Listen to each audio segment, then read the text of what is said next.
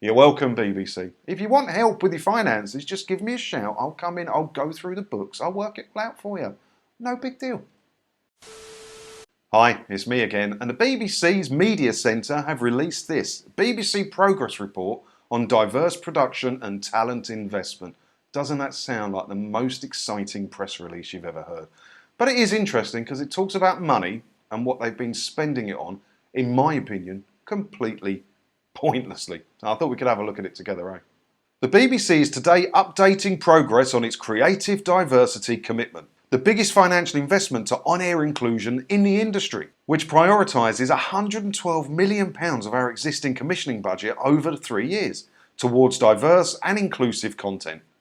It always makes me laugh when I have to say they've got to do something special to be diverse or inclusive. They employed June Sarpong, wasn't it? And she did a 3-day week and got hundreds of thousands of pounds to be, what was it, Director of Diversity and Inclusion or some absolute nonsense job title.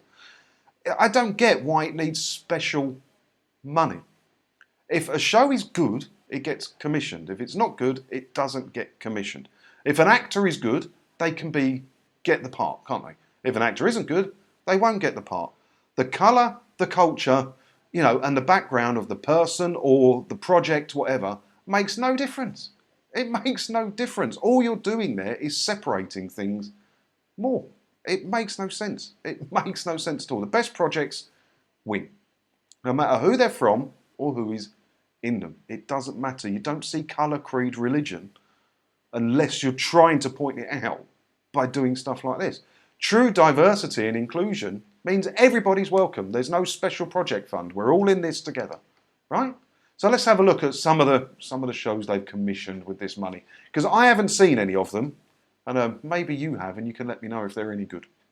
Following the first year of commitment, the BBC has invested £44 million. That's £44 million of your TV licence fees in supporting a total of 67 TV programmes across all genres to increase diversity and inclusion both on and off air. The BBC is on track to investing the full £112 million commitment of your TV licence fee funds, £100 million for TV and £12 million for radio by 23-24. The BBC has broadcast a huge array of diverse TV programmes across the year which authentically reflects our audiences, nurturing diverse voices and working with diverse casts and crew.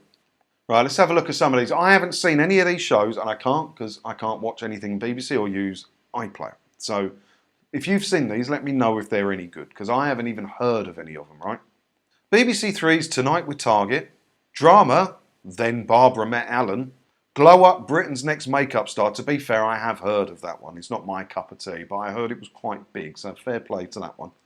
Documentary, The Girls Changed, Young Welsh and Boss in It, Crepton Conan, We Are England, Women's Super League. Well, they didn't come up with that, did they? Did the BBC come up with Women's Super League? I believe that's rugby, isn't it? BBC invented women's rugby. All right, I didn't know that. Every day's a school day. BBC Children's Magic Hands Black History Songs and Snaps Listen Dad. BBC Scotland's The Bangra Boss, The Story of DJ Vips, blah, blah, blah, blah, blah. Dreaming Whilst Black. Yeah, well, I only heard of one of them. I know it wasn't my cup of tea, but that's okay. Not everything has to be revolves around me. I'm not the centre of the universe, right? I understand Glow Up was a popular show, so credit where it's due. You can have that one, the BBC. Rest of them, never heard of. So it's 112 million gone into that. I don't think they were big shows. I would have heard of them. I'm in this sphere of interest. I would have heard of them if they were big shows, right? But the programmes, to get some of this money, have to meet certain criteria. All programmes that qualify for the financial investment met at least 2 of the following 3 criteria. Diverse stories and portrayal, diverse production leadership, diverse company leadership. So there you go. Whilst, yes, I admit there is an issue with the BBC to do with diversity and inclusion, but to be fair, BBC are a lot better than some channels. I mean, they're no Netflix in that department, are they? But they're better than some. They really are. But segregating this out to a separate fund for diverse people isn't the way forward, is it? If you want everyone to be equal, treat everyone as equal and make the shows that are the best ideas with the best people for the shows. That's true inclusion. And then you saved 112 million quid. You're welcome, BBC. If you want help with your finances, just give me a shout. I'll come in, I'll go through the books, I'll work it out for you. No big deal. Just another example of the BBC wasting money on something that's completely unnecessary.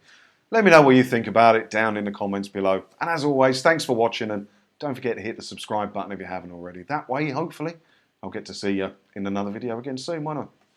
Ta-da!